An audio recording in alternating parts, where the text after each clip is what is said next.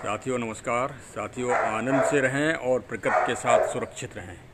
सामने जो फूल सुंदर आप देख रहे हैं इसको तो सभी लोग पहचान ही रहे हैं, लेकिन इसकी जो गुणशीलता है उसके बारे में कम लोग जानते होंगे कि ये कितना दिव्य और आध्यात्मिक और आयुर्वेद की दृष्टि से कितना महत्वपूर्ण पौधा है।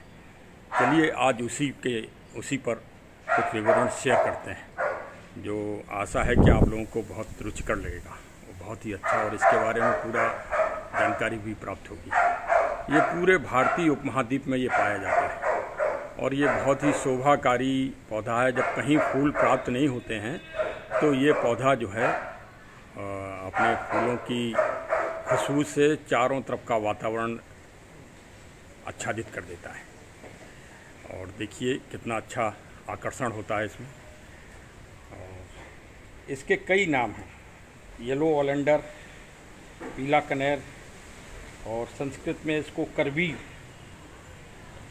तथा तेलुगु में पच्चा गन्नेरू और बंगाली में कोकला फूल, मराठी में पिवल कंडहर, एक्जिल ट्री के नाम से जाना जाता है। चाहे जितनी ऊसर ज़मीन हो, अनुपजाऊ ज़मीन हो, वहाँ आप इसको लगा दीजिए तो ये उपजाऊ शक्ति भी उस ज़मीन की जो मृदा है उसमें ये वृद्धि कर देता है, क्योंकि इसके जो पत्ते, फूल और जो सब गिरते हैं ज़मीन में वो बहुत ही जल्दी पौष्टिक उसमें परिवर्तित हो जाते हैं। कंपोस्ट इस पौधे का बहुत जल्दी बनता है और ये बड़ा परोपकारी पौधा भी है।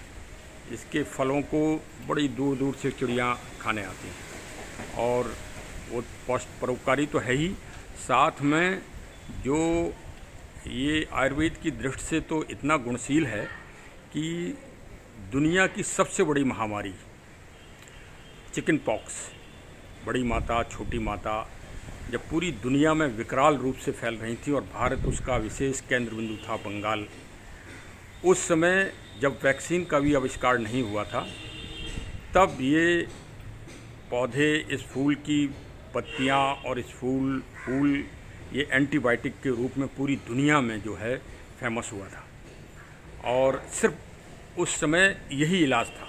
और आज भी देखिए देहात अंचल में या शहर अंचल में जब भी चिकन छोटी माता या किसी भी तरह की उस तरह की जो है स्किन डिसीज होती हैं तो घर में सबसे पहले इसी का उपयोग किया जाता है। इसकी पत्तियां और फूल को तोड़ के मरीज के पास रखे जाते हैं और उसी के पानी से हाथ मुंह सब धोया जाता है। तो बताइए कितना बड़ा गुणशील है। और इसके बाद ये कोई बताएगा नहीं, लेकिन मैं आपको बता रहा हूँ कि जब बंगाल में चिकन पॉक्स फैला और वो कंट्रोल हुआ तो इसकी सूचना, उस समय ब्रिटिश शासन चल रहा था भारत में, इसकी सूचना वहाँ वैज्ञानिकों के पास पहुँची लंदन में, और वहाँ से एक टीम इसकी सर्वे करने भारत आई कि किस तरह से भारत ने कंट्रोल किया और क्या ऐसी भारत में ऐसी कौन सी दवा खोज ली जिसके द्वारा ये इतना विकराल रूप को कंट्रोल कर लिया गया। और कहना नहीं पड़ेगा कि वो बीच वाली जो लहर आई कोरोना की, उसने ज़रूर डिस्टर्ब किया, लेकिन पहली लहर और अब वर्तमान में भी काफ़ी कुछ कोरोना कंट्रोल है। तो इनमें हमारी आयुर्वेदिक जड़ी बूटियों का बहुत बड़ा योगदान है।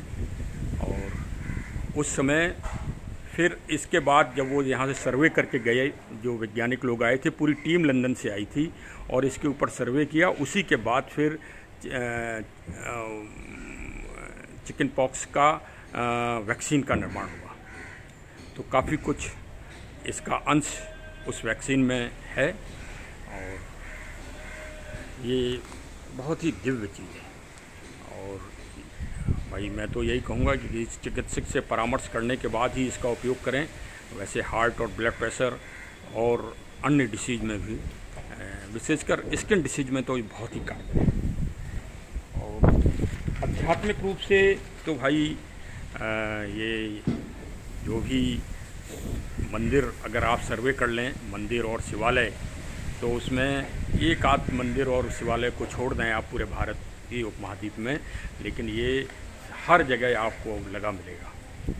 और इसकी गुणवत्ता यही है कि ये, क्योंकि वहाँ के वातावरण की जो दूषित गैसें हैं उनका भी शोधन करता है। इसके फूलों की सुगंध कम से कम 10-15 मीटर तक तो जाती ही जाती है और बड़ी भीनी भीनी सुगंध होती है। इसके कारण छोटे छोटे जीवाणु ही उससे जो है अपना जीवन चलाते हैं उसको खा के। भाई इस पौधे को जहाँ भी आपके पास जगह हो, चाहे उपजाऊ हो या अनुपजाऊ हो, वहाँ पर आप लोग इसका रोपण कर सकते हैं। और देखिए हाईवे में आजकल सबसे ज़्यादा इसी का रोपण हो रहा है। इसके बहुत सारे रंग भी आ गए हैं, नया नया डेवलपमेंट हो गया है। लाल और पीला सफ़ेद पहले पाया जाता था बहुतायत रूप से, और अब तो बहुत ही इसमें भी बहुत अच्छा डेवलपमेंट हुआ है। कई तरह के अब इसमें जो है फूल आने लगे हैं। और इसको आप कटिंग के द्वारा अपना छोटा रूप भी दे सकते हैं, गमले में भी लगा सकते हैं। इसकी बोनसाई भी बहुत अच्छी बनती है, आप बोनसाई भी बना सकते हैं। और वैसे तो ये कम से कम 3-4 मीटर तक बड़ा होता है और झाड़नुमा हो जाता है। तो इसको घर के बाहर लोग बाग विशेषकर वास्तु की दृष्टि से भी अपने घर के बाएं तरफ इसको लगाते हैं, और आप लोग भी लगाइए। बारिश का समय चल रहा है, इसको बहुत अधिक मात्रा में सब लोग लगाएं। और नहीं तो सड़क के किनारे भी श्रमदान करके के रूप में लगाएं, जिससे चारों तरफ हरियाली हो और प्रकृति और पर्यावरण और जलवायु की रक्षा हो सके, क्योंकि रक्षा से ही रक्षा होगी।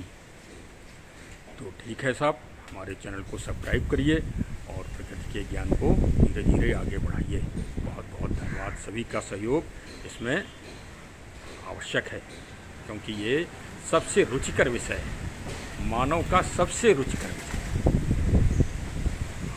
और एक विचारक ने कहा है कि इससे अच्छी कृति, इससे अच्छा विचार मानव के लिए कोई नहीं हो सकता। मैं उन विचारक का आपको आगे जब भी वीडियो बनाऊंगा उनका विस्तृत नाम और विस्तृत परिचय भी आपको बताऊंगा। बहुत बहुत धन्यवाद। Thank you.